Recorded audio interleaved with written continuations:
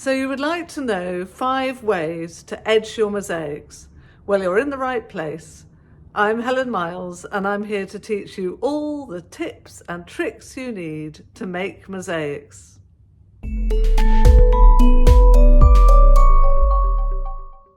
In this video, we're going to look at 5 different ways to edge your mosaics.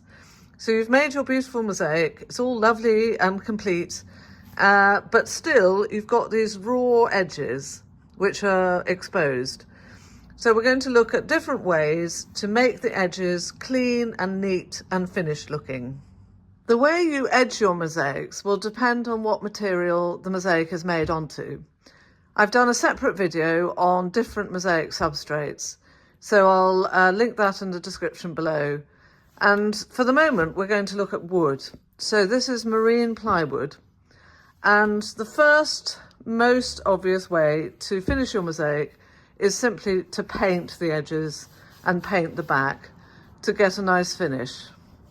Although I say the easiest, I just want to show you a little tip about how to do that painting. Crucially, when you're going to paint your board, you need to make sure you've done the painting before you've done the mosaic, because obviously it will be really hard to paint along the edges and not get any paint on the tesserae. The other little trick to be aware of is it's much, much easier to paint the edges of the board first rather than do the back and then the edges. The reason being, of course, is that you could hold the board while you're painting the edges, whereas if you painted the front, your fingers would be in the fresh paint. And then once you finish painting the edges, you can then put your board on a raised surface so that the fresh paint doesn't stick to your table, and paint the back. And then you might need to do a little bit of sanding to make sure that none of the paint on the edges is slightly raised, which will push your tesserae up. And be aware, this is marine ply, as I said, be aware if this is going outdoors, you can't use ordinary house paint. You need yacht paint which is used for painting boats. So it's very, very strong and suitable for outdoors, and you'll need at least 3 coats.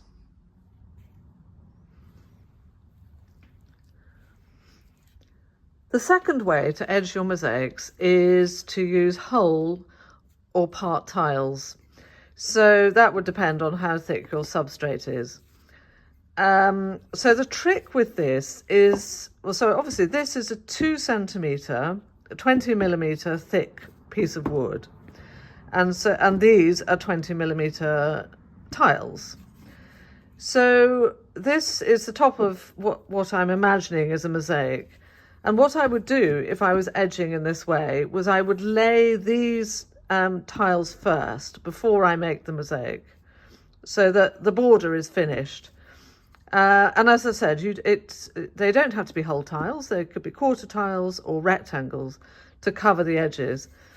And the reason I would lay these first is that you want your edging on the top of your mosaic, you want the tiles that meet the edge here to meet them exactly. So you don't want any bit of tile jutting out which could catch as someone walks past. So you have to be quite careful about that, just to line them up neatly. And someone who uses, I don't use this method very often, but someone who uses it is Mango Mosaics, and I'll link her channel in the description below. She's got a great channel anyway, so which is worth subscribing to, and you can see how she does it. Now we're going to look at edging Jacko board or Weddy board. So this is a compressed foam board which is used for lining bathrooms, and I also talk about this in my video about mosaic substrates, so I'm not going to go into that now. And I've just cut a little bit of it, and it's a little bit messy, as you can see. It's got these bits of fibre sticking out. So before I go ahead and do anything, I'm going to cut away the sticky outy bits.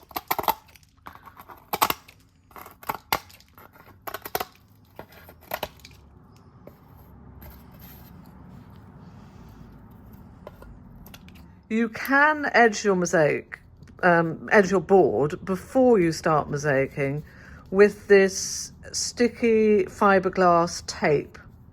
So you get it in any hardware shop and you simply cut it to the length of your board and lay it so halfway up the width. So because it's sticky, it's sticking to the board, and then I'm cutting away the excess.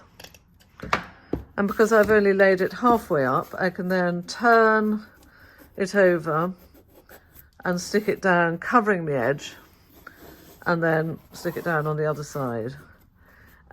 So this tape gives your board extra protection. Obviously, it still needs to be covered at the end, but it's handy just to have a little bit more protection. As I said, you know, this board is soft and it's therefore vulnerable. I must confess, I have stopped doing this because although I know the board is soft and vulnerable, I am not planning to throw it around the room, and so therefore I don't use the tape anymore. I know that's lazy of me, but I just thought I'd get that confession out there. The third way to edge your mosaics is after you've grouted them, is to take a fingerful of the grout and run it along the edges. So here's my grout, mid-grey, I always use mid-grey, flexible, high bond strength, suitable for porcelain, water and frost resistant, suitable for power showers and swimming pools, all great stuff. Interior, exterior, I always like my mosaics to be, the materials I use for mosaics, always to be suitable for outdoors. But it says for joints up to 5 millimeters. So that means the gaps between the tesserae, the joints here. And obviously that easily falls within the 5 millimeters. But this, spreading it over here, does not. I've never had a problem. It never cracks. But technically, grout should not be used like this. It's not a covering. So I'm going to go on and show you what you should be using. But I'm going to also tell you another confession. This video seems to be full of confessions. This is what I do. Now we come to edging number 4. This is the way that you should be edging your mosaics rather than using the grout, the lazy grout method that I tend to do. So this edging, which has a lovely moulded feel, feels almost like clay rather than anything else. It is actually tile adhesive and latex. And the method of edging like this was shown to me in Ravenna by Coco Mosaico. So if you're thinking of going on holiday or learning new techniques, I can thoroughly recommend Coco Mosaico. And just in case you're wondering, this is a mosaic of a paper mask. So I went to Coco just after COVID and still there were paper masks everywhere. Anyway, that's edging number 4. So this is the latex that I use. It's made by Mapai and it's called Latex Plus, and I mix it 50-50, half and half, with water. This is my tile adhesive, and it is Bell Max Flex Fibre, flexible tile adhesive for walls and floors. And I've already added pigment to that, so it's already mixed in. So you buy the tile adhesive and it's white, and I've added black pigment.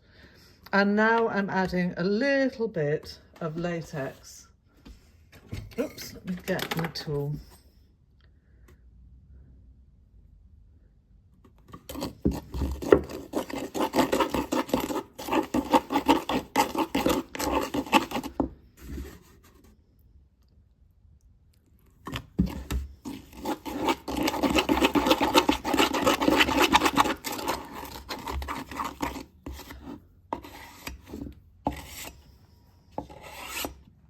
So now I'm going to show you how to apply the adhesive to your board. This is obviously just a practice board, so you'll have to just imagine that there's a mosaic on it and I'm doing the edges.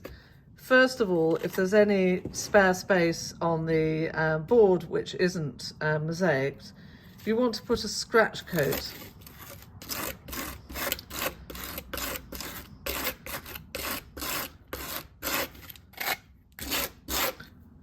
That's a thin layer of cement tile adhesive.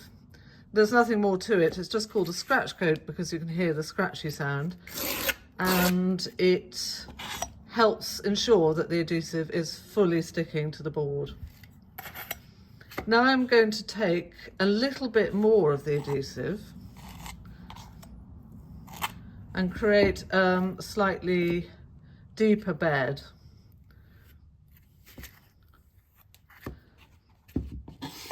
And you can see I'm using the back of my spatula, and I need to keep keeping it clean. So I'm holding it at a 45-degree angle, applying the tile adhesive to the bed and then cleaning it. And you see how that creates a really smooth surface. And the same applies to the edges. I'm just running the tile adhesive over the edges.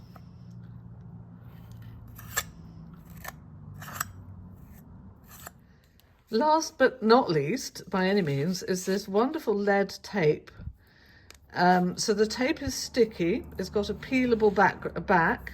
You peel that off and it fits beautifully over your edges. So here's one that's already edged like that. It's very, very neat and very, very useful. It comes in different widths. This one is 12mm and the board is 12mm. So it's really perfect. So ideally you'd use one strip of lead to go, oops, what's that doing there? I haven't peeled it off. To go all around your board. It's a bit tricky to do on camera, so I'm not going to do that, but you can see it sticks really well. And you can give it a little tap with a small hammer to help it stick, and also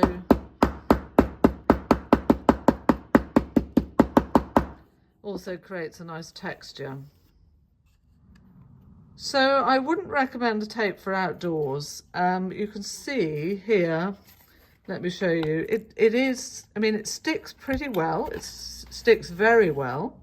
It's not going to come off of its own accord, but if water got underneath there, that would eventually come away. So yes, this is an indoor finishing.